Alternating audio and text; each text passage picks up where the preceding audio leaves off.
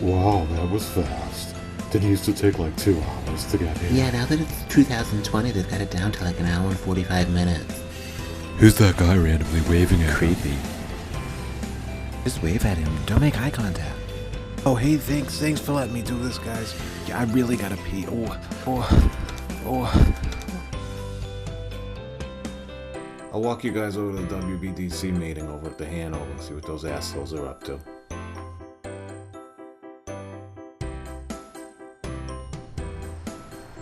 Wait a minute, where's KJ Barnes?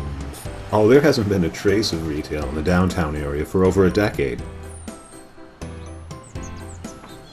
And look, they built a 7th Hilton Hotel across from where the old Hilton Hotel was built.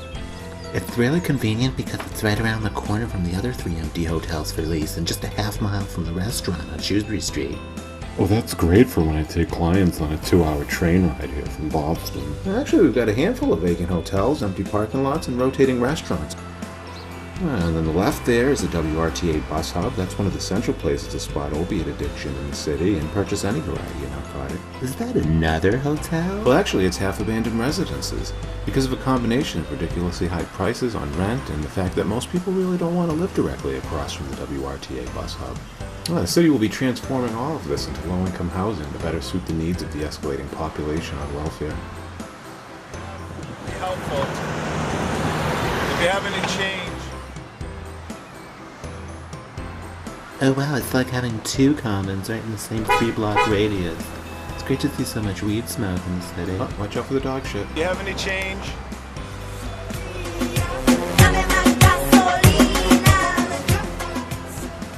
Any help at all would be greatly appreciated. Oh, this one actually serves as a sort of an opium den right across the street from Recovery High School. It's actually one of the first in the world, a whole high school devoted to accepting and treating drug-addicted teenagers for who they are. What's with all these abandoned offices? This is Colonialism Plaza. The city gave a bunch of really sweet tax breaks and incentives to a bunch of non-profit companies to move in from their previous locations a few blocks away into the downtown area to give the appearance of growth. But that was prior to the massive layoffs at UMass, Reliant Healthcare, and Newman. Oh, this is bringing back a lot of bad memories. Isn't that the Paris cinema? Actually, a lot of things have changed. Because of a lack of use, the city converted the old shitty airport on the hill into a treatment facility for drug-addicted infants. Children born addicted to crack are seized from all over the world and brought there to be treated and given benefits to live in Worcester when they grow up. Oh, still a total of 7 people in the comment, I see. Yeah, we probably don't want to make eye contact with that guy taking a shit on the left over there. Did they ever end up seizing the Midtown Mall from that one stubborn businessman? Oh, our dicks have been hard for that piece of land for a long time. Let's not talk about that.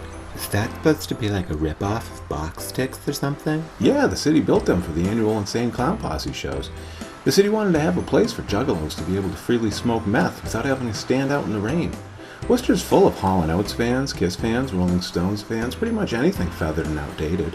Wow, I can't wait to tell our employees that Worcester's now letting hot dogs be sold right out of trucks on the common like that. Well, there's a lot going on here now. We have weekly bomb threats in our colleges, cops patrolling the halls of our high schools. Oh, careful for that syringe. In the wintertime, the city puts an ice rink here in the center, and because no one utilizes it and the area is so desolate, it looks even bigger than the one in Rockefeller Center. Are those 2 Worcester homos still running the Idea Lab? I have no fucking idea what you're talking about. QCC is using some of their outrageously egregious profits reaped from the student debt bubble to gobble up a bunch of the abandoned space downtown.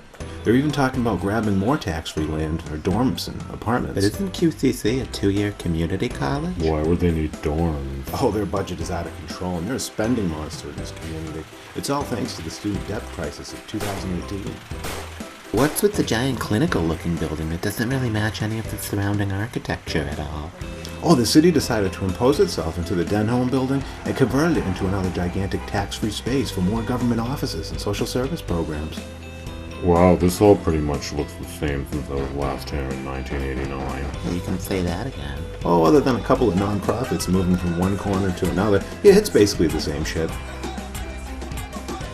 What's great about downtown Worcester is that none of the businesses down here thrive, so the city gets everything. I heard Worcester's a hub for businesses that don't want to have to pay taxes. You bet your sweet ass.